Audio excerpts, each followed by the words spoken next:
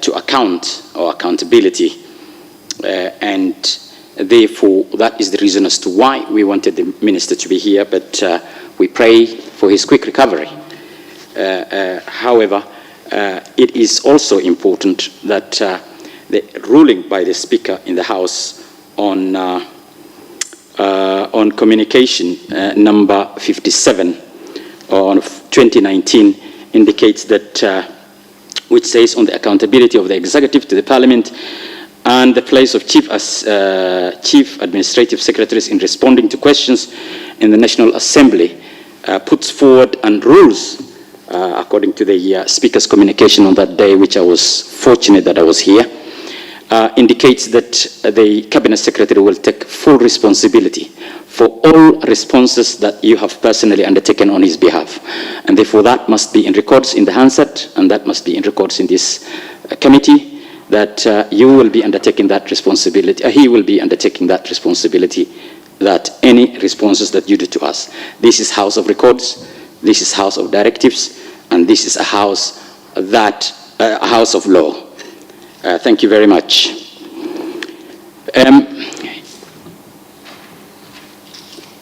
Your report will definitely be presented on the floor of this House as per the discussions and all the information you have given us, and we will examine each and every into scrutiny. My questions here, that was just a point of information. My questions is described in a clear, detailed discussion of the actual responsibility and the role of the Transport Ministry on the issues of the donations of Jack Ma Foundation. That's one question. Has there been any correspondence, Bwana CS, between your office or the office of the Cabinet Secretary and Jack Ma Foundation after the scandal reports? If any, what was it? And can you present either in document form or in presentation to this committee?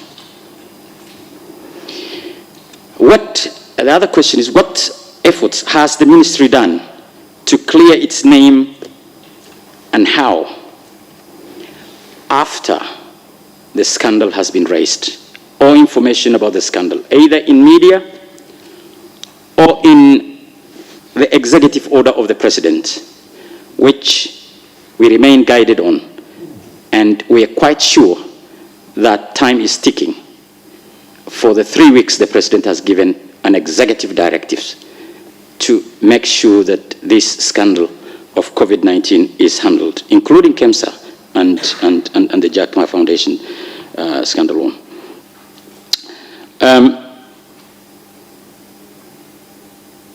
I think I will stop there, and I have said sufficiency of the queries that that remains, but we really want to understand exactly how the ministry has handled the scandal. Thank you, Captain Rueda.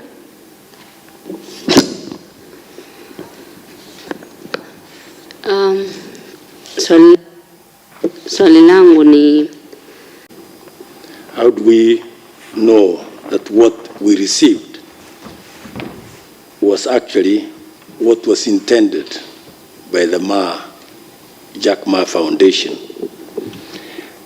It's very difficult to know, because what we received was actually a consignment intended for either KEMRI or Minister of Health. And I want to believe that this was packed from China in the manner in which it was received at Jomo Kenyatta International Airport. If, however, there was any repackaging in Addis Ababa, I will not be able to say so, but I want to believe, Madam Chair, that this, we received what we received in the manner in which it was packaged at source, that's from China. So it's very difficult to answer that question I really I can't say that that's what Jack Ma intended to donate to Kenya, but I want to believe that the consignment arrived here in the manner in which it was dispatched from China. On the second question by the member. Point of order, Madam Chair. What is out of order? Yes, Madam Chair, is it in order for the CAS to claim that they received the items in the manner that it had been released by Jack Ma from China, yet it is in public domain and from their communication that all the products from Jack Ma were transported to Addis Ababa, African Center for Disease under the African Union. And it appears that it was at the volition of African Union, the Center of African Disease, to distribute those items. How did they distribute those items before even opening? How did they keep an inventory of the items that were released from China? So I think it is fair enough to say that these things the government of Kenya received from Ethiopia. And then two, from the document that you've tabled here, there is nowhere where it indicates China. It talks about Ethiopia. So the gray area here is the consignment that it got lost, the 21 packs,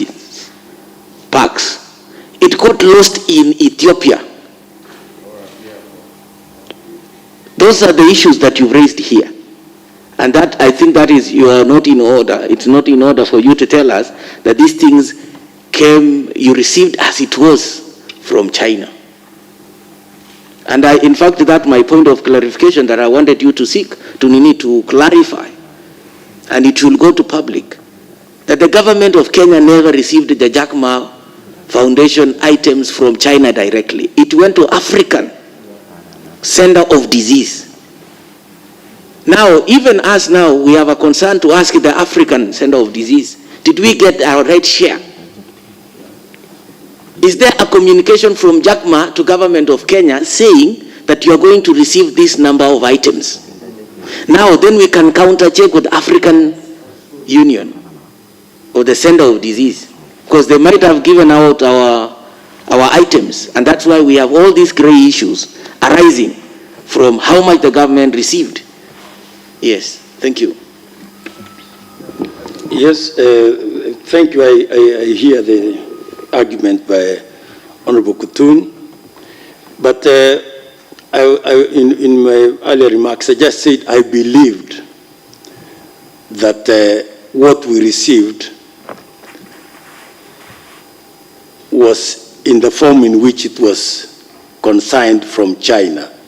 And I said, I am not in a position to say whether there was any repackaging in Addis Ababa. So this is something that is open to interpretation, but I don't know what conclusion we will reach. I wanted to go to the second question regarding whether we engaged in any correspondence with the Jack Ma Foundation. And I want to say that as a ministry, we did not. We have not engaged in any correspondence with Jack Ma donation. And further that as a ministry, I think the honorable member from Wajir wanted to know what we have done in the face of this scandal as a ministry. And I said, really, we have heard about all these things being said in the public domain, but there was nothing we could do about it. We were waiting for a forum of this kind to be able to state our position, the role we played as a ministry, and the facts that I have outlined from yesterday's response and this morning. That's really what is out of order, Honorable Professor? Chair, I do acknowledge the efforts of the CAS to tell us about what they have done and what they have not done about handling scandal in a very important and powerful ministry. It is so unfortunate, especially when dealing with international donations and the likes. If you come and sit here and tell us if you come and sit here and tell us that there was nothing you could do about it, it is utter shame on the ministry. You should have communication department, a department that takes care of all matters to be communicated to public and to the government, and to advise the president on how these matters have been done. You must have let down the president and the people of Kenya in that matter. I would say, if you have come to say that there was nothing you could do about it, I am sorry. I'm not taking that answer.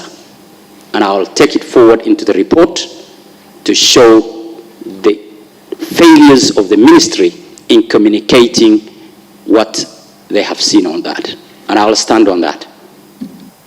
Maybe members, I would like to guide. There's a document yesterday we received from the Ministry of Health. And from that document, I was just trying to go through it. There's clear communication between the Ministry of Health and Ethiopia. And it seems, and maybe the CS will correct me, that the role of the Ministry of Transport was to clear and report to the Ministry of Health what was missing, and then the Ministry of Health to follow up. I think this is something we need to follow up with another ministry. But I refer members to this documentation that we received yesterday from the Ministry on JACMA, and I can see clear communication. Maybe the failure on the part of the Ministry of Transport is to have proper documentation, because I'm also struggling with what you have brought to try and find out what is where. I was trying to even give Dr. Mikal some documentation, but from this folder, I think members will have to look at it again. The one we received from the Ministry of Health, it seems there was a lot of communication between Tanzania, Ethiopia, and Kenya. And there's a letter, I think this was Annex 1, that from the Ministry of Foreign Affairs, Ethiopia, and to our embassy in Ethiopia, saying they have received, in regard, the ministry once again appreciating their support, we will kindly inform the list of donations, and they have given the list of what was expected. So members, we might need to refer back to this folder that we received from the Ministry of Health. Thank you for your guidance, Chair. Yeah. But we cannot condone excuses of this team again. We gave them excuse yesterday. We cannot condone again for them not to bring orderly documents. We cannot. This is not right. This is a very honorable committee. And you're not primary school people. You're senior people, professionals. You cannot come with documents haphazardly, documents that are disorderly. We will not accept that. I will even suggest that this meeting stopped. If that is the case, we cannot be played around here like children. We are honorable members here who are here doing work that is based on timeline. The president wanted it within 21 days. I'm not going to accept this in my capacity. Madam Chair. Yes, CS, and maybe as you also respond to that, just clarify to us what was missing, the 21 pieces. What was missing? Yes, Madam Chair. I want to say, for example, that I am disadvantaged to the extent that I don't have the copies which you've just read from the Ministry of Health. I have not had the opportunity to get access to those documents, and therefore I am not, all I know is that I have been in touch with them, and they have confirmed that they are pursuing this question of the 21 packages that were short delivered. The second point, I am not very sure that I understand why the honorable member from Wajir is so upset, is so frustrated. I cannot understand. No documents to deal with you. Simple. I think Let the CS finish. Honorable Koros, I'll give you a chance. Let the CS finish with the issues that were raised, and then we can discuss this matter. We have members, we have a long day today, so CS, just make your conclusion. I have had the opportunity of being a member of this House, this Parliament, for 25 years. And I never saw opportunities where people, honorable members would be so upset if you need information, raise that information, we'll try and look it for you. But, you know, to say we don't know what we are doing in the ministry, I think is sensationalizing a matter that shouldn't. I think as a ministry, our role was simply to clear this equipment on behalf of government institutions, namely Ministry of Health and KEMRI. That was our role. And we received this consignment. There was a short delivery of 25 packages. As I've said, we reported this to the Ministry of Health. They are pursuing it with the consignor, the people who consigned this, who dispatched this equipment from Addis Ababa. There is nothing more we can do at this stage. As to the value of the 21 missing packages, I'm not in a position to say that because we didn't even know what that 21 packages contained, what was comprised in those 21 packages. And so I want to assure the honourable member, we prepared, that's our job, to provide this House with any information the House wants. And we are prepared, we have always been willing to do so, and we have cooperated with this committee and other committees of Parliament. And so, you know, I don't know why we, you know, at the conclusion of a matter like this, why we should demonstrate frustration and a lack of appreciation for each other. I think we are fine unless there's something that would want further clarification or... Chair, point of order. PS.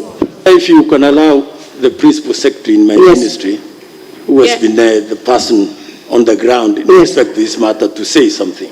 1 minute, Captain. PS. Thank you, Chair. Chair, as indicated, the only aspect of this transaction that the ministry was dealing with was the clearance aspect. And this is for only one reason, Chair.